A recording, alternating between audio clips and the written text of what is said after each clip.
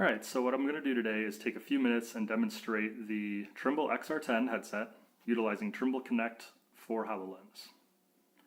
To start out, within Trimble Connect we'll select our model and we'll launch that model. And the first thing that the headset will ask us to do is to spatially map our surroundings.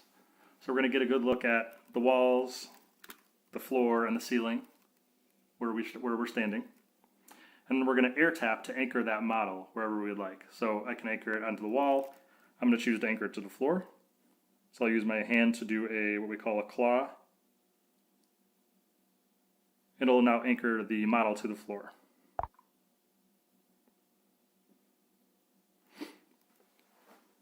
So now I've got the model in front of me. I can use some hand gestures to manipulate the model. I can reach to the corner and I can change the sizing. I can also reach and grab the orbs or spheres here to rotate my model as I see fit. And I can actually go right up to the model and use my hands to grab the model and resize it that way as well.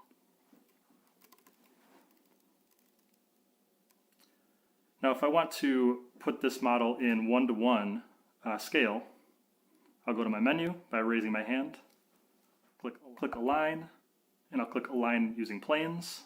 Say Connect Done or Air Tap to complete the spatial mapping. Air tap on the first wall. I'll click on the first wall in my environment. Air tap on the corresponding wall in the model. Air tap on the second wall. Same wall on the model. I'll do the same process with my second wall. Air tap on the corresponding wall in the model. And the HoloLens has automatically detected the floors, so I'll say yes, use auto floors. Model aligned successfully. And now you can see that my model is aligned to my existing space. So I can see my model in 1:1 scale. I can actually see through my existing wall in my environment. You can see the opposite room there, which should be the bathroom area. If I actually open it up, I can see what that looks like on the other side. You can see the second room here. And on this side I have more of what would be my kitchen area with the countertop. So the last thing I wanted to show was doing some basic measurements.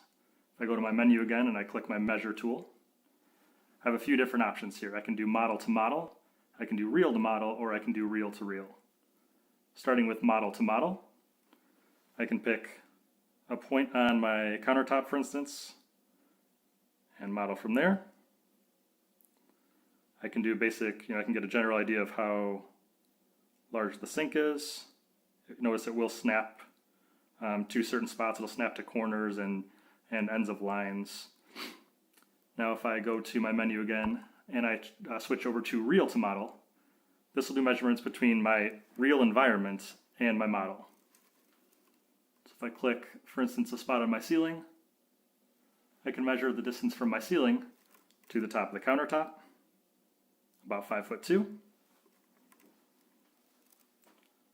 I can also go into my menu, go to reel, and I can take measurements of my existing environment, either freehand,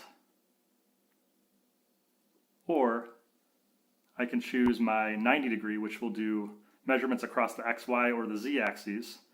So for instance, I can pick a spot on my ceiling, and then I can pick anywhere on the floor, and it's going to give me a direct Z measurement from the floor to the ceiling. And you can see now I've got 8-foot ceilings in this room.